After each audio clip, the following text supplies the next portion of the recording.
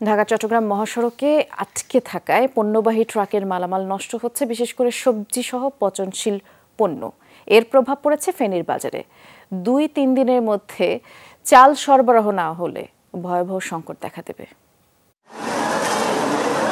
সবজিবাহী এই ট্রাকটি যাবে চট্টগ্রাম। বৃহস্পতিবার রাত থেকে আটকা ঢাকা চট্টগ্রাম মহাসড়কের ফেনীর মহিপালে। নানা ধরনের পণ্যবাহী এমন কয়েকশো ট্রাক এখন আটকা। যাত্রা শুরু করা যাবে কখন তা জানা নেই কারো, কারণ মহাসড়কে এখনো বন্যার পানি প্রবল। এরই মধ্যে পচন ধরেছে পণ্যে।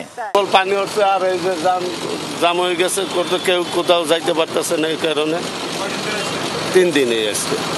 তোমার হোটেল টোটেলও বন্ধ, সবকিছু দাম বাড়াই দিচ্ছে। এই জায়গায় রাইতের বেলা আমাদের খাওয়াইছিল।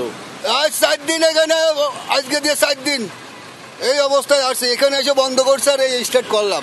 আমি ভোটটা নিয়ে আসছি দর্শনা থেকে, যাব চট্টগ্রাম ভোটটা নিয়ে। এখানে 4 দিন আছি। পণ্য সরবরাহ ব্যাহত হওয়ার প্রভাব এরই মধ্যে পড়েছে ফেনীর বাজারে। চাল আমদানিকারকরা বলছে, যান চলাচল স্বাভাবিক না হলে আগামী 2-3 দিনের মধ্যে চাল সংকটে পড়বে ফেনীর মানুষ।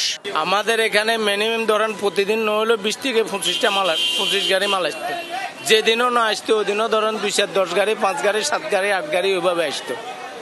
মানে এখন তো মনে হয় না মালের আমদানিই নাই, মাল তো কোনো দিক থেকে আসার কোনো ব্যবস্থা নাই। যে চাউল আছে আমি সর্বোচ্চ 1 সপ্তাহ, যে মাল আছে ধরেন 1 সপ্তাহ পর্যন্ত দোকানদারি করতে পারবো। এরপরে মালটা যদি না আনতে পারে তাহলে তো মনে করেন ঘাটতি শুরু হয়ে যাবে। মানুষ যেভাবে চাচ্ছে আমরা যদি সেম এভাবে দিতে থাকি একদিনে শেষ হয়ে যাবে। আমরা ওইভাবে দিচ্ছি না। কেউ 2 বস্তা চাইলে তাকে 1 বস্তা চাল দিচ্ছে।